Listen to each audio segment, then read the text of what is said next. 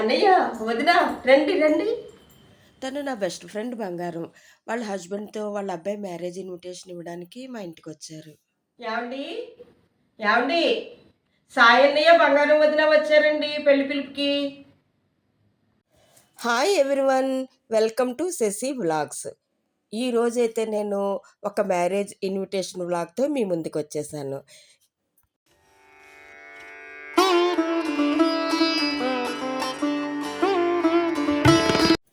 Marriage ఇన్విటేషనే కదా, అందులో విశేషం ఏముంటుంది అని అనుకుంటున్నారా? ఆగండి ఆగండి, దాని గురించి నేను మీకు వివరంగా చెప్తాను.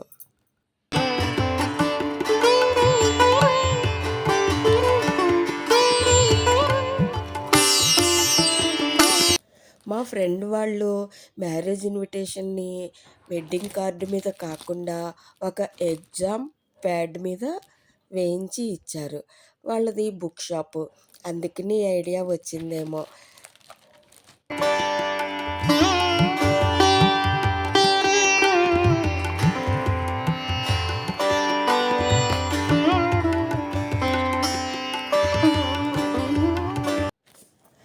నాకైతే ఈ ఆలోచన చాలా చాలా బాగా నచ్చేసింది. అందుకే ఈ వ్లాగ్ చేస్తున్నాను. నార్మల్గా మ్యారేజెస్ అయిన తర్వాత మనం కార్స్ని అలా ఉంచేస్తూ ఉంటాం.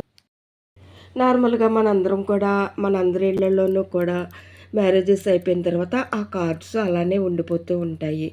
వీళ్ళు అలా కాకుండా ఎంతో డిఫరెంట్గా చక్కగా ఇలాగా ఎగ్జామ్ ప్యాడ్ మీద వెడ్డింగ్ కార్డ్ అనేది వేశారు. నాకైతే ఈ ఆలోచన చాలా చాలా బాగా నచ్చేసింది. మ్యారేజ్ అయిన తర్వాత కూడా కార్డ్ అయితే అలా వదిలేస్తాం, ఈ ప్యాడ్ అయితే మనం ఎప్పటికీ వాడుకుంటాం కదా.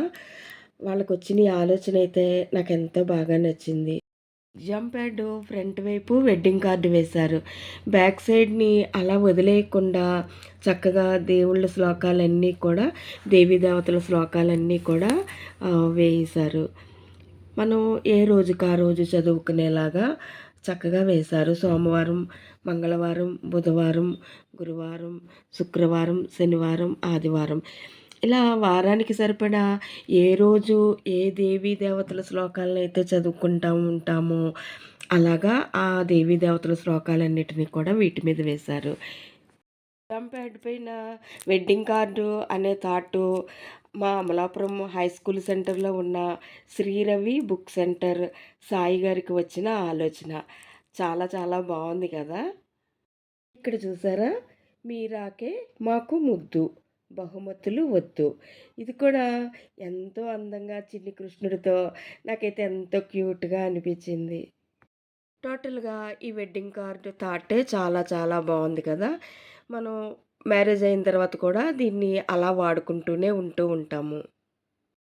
ఫ్రెండ్స్, ఈ వెడ్డింగ్ కార్డ్ ఐడియా అయితే నాకు ఎంతో బాగా నచ్చింది, చాలా చాలా బాగా నచ్చింది, ఎంతో యూజ్ఫుల్ అని కూడా అనిపించింది.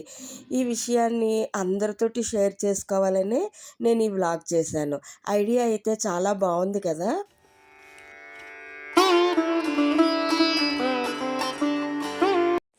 ఫ్రెండ్స్, మీకు కూడా ఈ ఐడియా నచ్చింది కదా.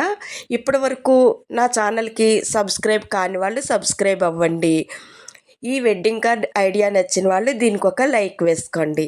ఇలాంటి మరెన్నో కొత్త కొత్త ఐడియాస్తో, కొత్త కొత్త విషయాలతో నేను మరిన్ని వ్లాగ్స్తో మళ్ళీ మీ ముందుకు వస్తాను.